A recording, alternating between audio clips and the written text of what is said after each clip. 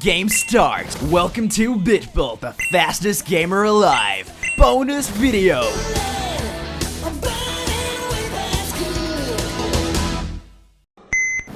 The stealth game Metal Gear Solid is a legendary series. It has amazing cutscenes, stellar storytelling, and really fun characters and bosses. Now, spies like Snake and James Bond are only as good as the gadgets they bring into battle, so here today is my top 10 items from the Metal Gear Solid series. Number 10. Okay, at number 10 we have the cardboard box. I think if you make a top 10 Metal Gear Solid list and don't add the cardboard box in somewhere, Kojima should literally be able to walk into your room and punch you in the face because you're a fucking idiot. Anyway, the cardboard box is a classic staple of Snake's arsenal. You can hide in it when guards run past, and more or less, it's the punchline of the whole Metal Gear series. It's a stealth game with a silly sense of humor, and the cardboard box embodies everything with that. There's even a joke in Metal Gear Peace Walker where they make a fucking tank out of a cardboard box, and canonically, the first time Snake hides in a box in a series, he calls his backup up and he's like, "Man, you fucking crazy!" But either way, it's a useful item for avoiding detection, and the cardboard box it's like the most iconic thing in Metal Gear. If people who don't play Metal Gear look at the cardboard box and they're like, "Oh yeah, that's the game about the guy who hides in the box to get away from soldiers." So, for that reason, the cardboard box makes it in at number 10. Number 9. At number 9, we have the Nikita missile launcher. So the Nikita missile launcher is a remote-controlled missile launcher that does that. You can shoot guided missiles. Now, a lot of other games do this, but Metal Gear does it in a really fun way. They first introduced it in Metal Gear Solid 1, where you have to use it to take out a power box so you can walk across an electrified floor, which is a really cool idea when you think about it, because normally, you know, Snake wouldn't be able to get over that, but the fact that he has a gadget that lets him get over an electrified floor is awesome. Anyway, if you feel like fucking with guards, you can just drive remote-controlled missiles into them and watch them freak out. And my favorite thing about the remote-controlled missile launcher, in the very first Metal Gear Solid, you fight this awesome boss named Sniper Wolf, and you're meant to get into a one-on-one sniping battle with her to show you can surpass her in aiming. You know what I did? I pulled out the fucking remote-controlled missile launcher, hid somewhere she can't hit me, and just fucking drove guided rockets into her. It's awesome fun, and like, I mean, who doesn't like driving guided rockets into people? And that's why the missiles get number 9. Number 8. Coming in at number 8, we have Stealth Camouflage, often referred to in-game as Stealth Camo. Stealth Camo is a little device that you equip and it bends light around the user, rendering them fucking invisible. This basically turns you into a ghost. You can fuck with people, punch them in the face, they're like, "Who was that? I don't see Snake. Oh, I guess I'm just getting punched by nothing. This wind is really strong today. It feels like I'm getting kicked in the nuts." It's a whole lot of fun. Unfortunately, it doesn't work on bosses because the game tries to make you believe they're just so awesome they can see through your little gadget. Snake never gets this legitimately in any game. It always breaks before a mission, but when you beat the game, you unlock it as a bonus extra, and it's too much fun fucking with people just being an invisible force. Number 7. The Colt Single Action Army. This is the greatest handgun ever made. 6 bullets, more than enough to kill anything that moves. That's basically the speech Revolver Ocelot fires off at you when he first tells you what the fuck a revolver is.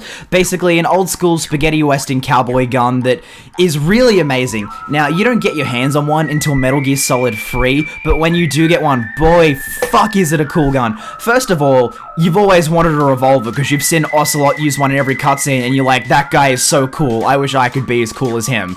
So you finally get your hands on one in Metal Gear 3, and it plays a large part in the rivalry between Snake and Ocelot when you have gunslinging battles. If you rotate the right analog stick, Snake can perform tricks spinning the gun like some type of crazy gunslinger, and here's the best part. You can actually ricochet bullets off walls into bad guys. If you just want to be like some crazy fucking Clint Eastwood guy, you can just not even aim the gun, you can just fire it and ricochet bullets off walls and kill people. There's actually this cutscene where Revolver Ocelot demonstrates this technique with an automatic pistol where he just bounces bullets off walls because he's a badass. Either way, this weapon is iconic, it's awesome, and that's why it takes the spot at number 7. Number 6.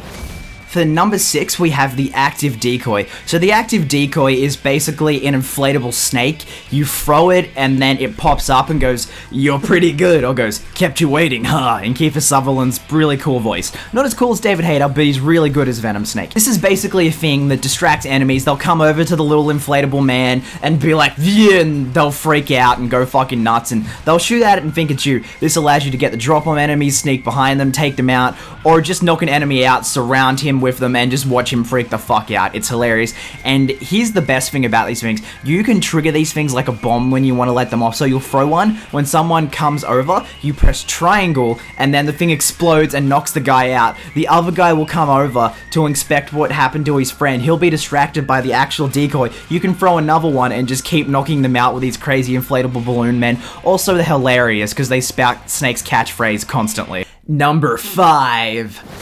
At number 5, we have animals. Now, starting with Snake Eater, you can actually catch animals with your tranquilizer gun, keep them in cages, and then throw them at guards to watch them freak out. You can do this with spiders, snakes, scorpions, fish, and it's really funny. So, first of all, if you catch a spider or a scorpion, you can just throw it at a guard, watch it bite the guard, and watch them die a slow, painful death from poison, watch them freak out and run off, sometimes run off cliffs, and it's a really good distraction to actually get past guards. So, not only is it hilarious to watch them freak out when you throw a king cobra at their feet, but it's also a tactical advantage to go for a no-kill run. You can throw a cobra at them, watch them freak out, and then while they're dealing with the snake, you can sneak right past. It's funny because this was one of the features that actually helped my girlfriend get into the Metal Gear series. As soon as I showed her you could catch animals and throw them at people, basically she started calling Snake Eater the game where you can throw scorpions at people, and to me that's something really special because it's something that helped get my girlfriend into Metal Gear, because Metal Gear is my favorite series of all time, and who doesn't love sharing their favorite things with the people they love?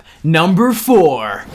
Coming in at number 4, we have the Railgun. Now, in Metal Gear Solid 4, after you take down the awesome boss Crying Wolf, you get a giant fuck-off Railgun. This thing is a gun that uses electromagnetic pulses to supercharge bullets and send them flying at like mad subsonic speeds, and it looks like you're just shooting fucking lightning. This gun is awesome. It lets you take out geckos in a single shot. It makes you feel powerful. I'm actually surprised at that age Snake can carry this thing, because the boss needed like a giant mech wolf frame to carry it. There's not much to say about this other than it's the most powerful like portable weapon Snake ever gains access to, and if you fire it at a guard and just watch them get torn apart, absolutely brilliant carnage.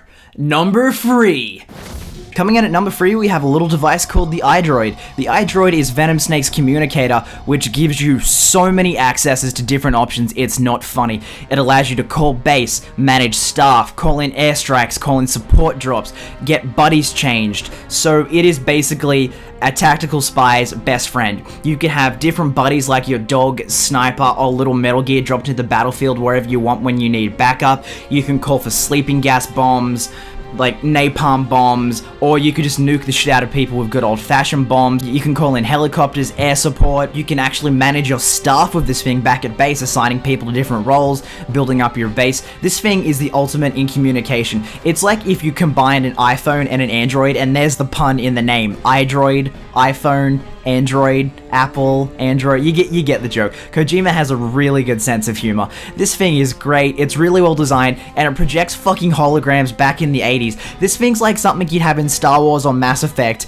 in the 80s, so whoever invented this thing back at Mother Base is probably one of the greatest technicians ever. It's a handy gadget, not to mention, most menus in video games are a pain in the butt to navigate through, but just like Dead Space, the Idroid is integrated into the actual game world, and Snake is navigating through these menus just like you are to get stuff, and it's actually done really well. I love the Idroid, it's good fun, and it's probably one of the most useful things in the game I've ever used. Number 2.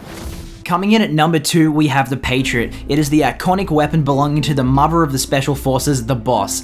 This chick is so legendary. She is the one who trains Snake, Big Boss, and can kick his ass. So this gun is a shortened M16 with an infinity barrel, which means it never runs out of bullets. When she uses it in a boss fight against you, she wields it with one arm, just keeping the recoil back. And finally, when you beat the game, you can unlock it, and it has unlimited ammo. What's not to like about a machine gun with unlimited ammo?